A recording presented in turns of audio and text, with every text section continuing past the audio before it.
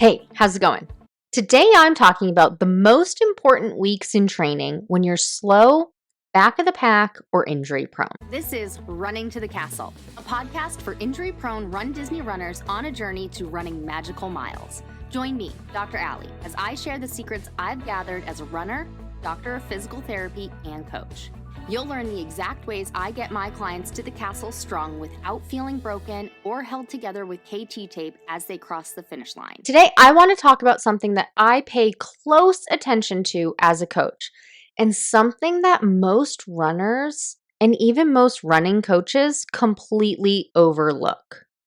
When a runner tells me that they're in pain, frustrated, feeling stuck, I always want to know at least these two specific things, and then I go from there. What did the first 4 weeks of your training look like? And what did the last 4 weeks of your training look like? Because those two windows tell me everything I need to know about why things aren't going the way you expected. And I'm going to talk about this a little bit more in a few minutes, but this came up in a conversation, and I was talking to somebody and they were just saying, well, how come my running coach didn't ask this, or how come my doctor doesn't ask this? And I can't speak for why somebody does or does not do something else. But I have always been an observer. I have always been somebody to just like analyze and put things together and ask a lot of questions to get there. So, one major thing about me, my mom told me that I didn't really talk until I was 3. And a lot of people told her, well, you have to get Allison checked. You have to get her checked. Something is wrong. And my mom was like, no, she's fine. She understands everything perfectly. We're good. And you can see me in home videos. I understood everything. We have this home video of me. It's Christmas. My birthday's in September. So Christmas, I don't know, 89. So I'm like almost 2.5, 2 and 3 months, whatever. And so I'm old enough to be standing there, doing my own thing, moving around, whatever. Let's call it 2.5. So we had this flower. So there's this flower in the 80s that if you play music, the flower will dance. And we have this home video. My dad's off camera. The flower is on camera and I'm standing behind it. Got a pacifier in my mouth. We called it Boo. I had Boo in my mouth. And I'm just standing there. And my dad is off camera going, make it dance. Make it dance. Somebody turn on the music. Make it dance. And after enough prompting with this, you just see me in the camera start dancing. Like, is this what you want, Dad? This is what you want? And I'm just like observing everything around me, like, oh, nobody else is dancing. Nothing else is dancing. I'm going to dance. I sit there and I observe. And me not talking, that, of course I talk now. I have a whole podcast. I talk a fair amount. I wouldn't say a lot. I do a lot of listening. I do a lot of observing. And through the years, I've noticed that even in the physical therapy world and transitioning into my running coach world, the first 4 weeks and the last 4 weeks.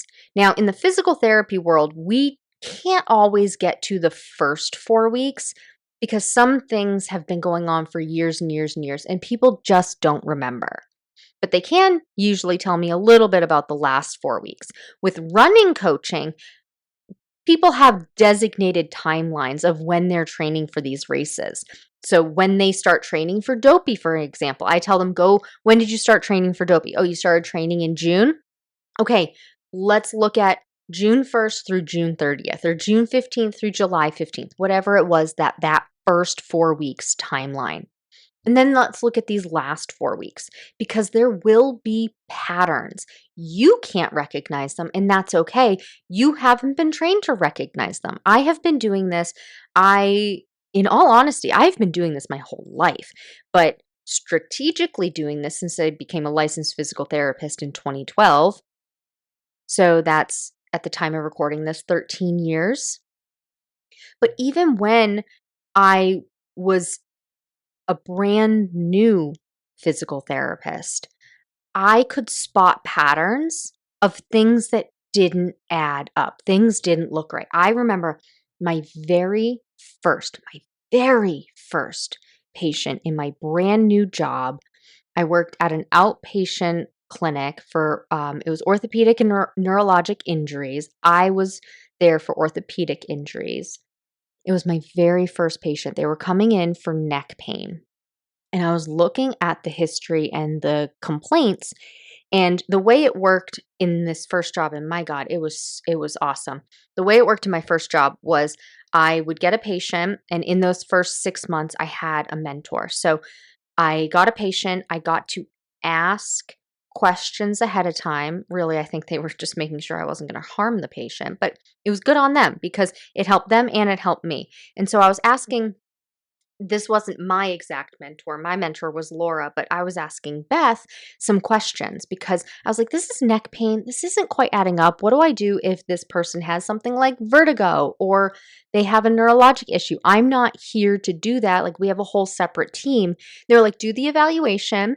And if we need to transfer care to somebody else because it is something else, that's fine, no problem. Just do the evaluation because they'll be coming in and they want to be seen. I said, okay, absolutely. And s- things were not adding up. And I was reading the past medical history and I'm reading the information with the complaints. You know, those questionnaires that you answer, we actually do look at them. And for this particular person, she's moving her neck around and non mechanical. Nothing bothered it. She could bend her head side to side. She could look up and down. She could turn her head complete full motion, no pain. Was not able to reproduce pain with any of those motions. I did certain tests. Nothing was reproduced. So I was like, okay, I'm going to keep going. This woman is here. I'm going to keep going. And I'm looking at her and things didn't add up. She had a blown pupil. And so I went and got a flashlight. This is before I had a smartphone. So I went and got an actual flashlight from the back room and her pupil was non-reactive. And I was like, okay, this is not adding up. I am going to get one of my neuro physical therapists to look at her. So I gave a little synopsis to the physical therapist. I said, honestly, I want to send her via ambulance to the ER. I think she's had a stroke. And they were like, okay, well, let's go assess it. The neuro PT agreed. And the family refused ambulance, but did agree to go to the ER. They went to the ER and they came back a couple of days later. She had had a stroke in her sleep a couple of nights before. Did I know 100% it was a stroke? No, absolutely I did not. But I knew something was not right because I looked at what had been going on, what the complaints were, because I took the time to sit there, look at what was happening when things started, the past 4 weeks, and things just weren't adding up. I started seeing patterns. And in a normal orthopedic problem, I would see different patterns, not these patterns. So sitting back, observing, these stories are a little unrelated, but they just came to mind. So it's important to, I guess what I'm saying is it's important to know what you're looking for. So let's get back to the first 4 weeks, the last 4 weeks, because that's what is important for you. Those things start showing patterns, and maybe you can't always see the pattern, but somebody else who is trained in these things will be able to see the patterns. So starting at the beginning, most people don't realize how important the first few weeks are. They set this tone for the entire training cycle. So what am I looking for?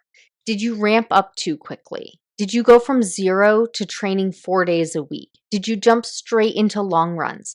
Did you add strength, mobility, new shoes, speed work all at once? If you stack too much in those first 4 weeks, your body doesn't get a chance to adapt. You're throwing everything at it and hoping it sticks. And even if you felt fine early on, that doesn't mean your body was okay with it.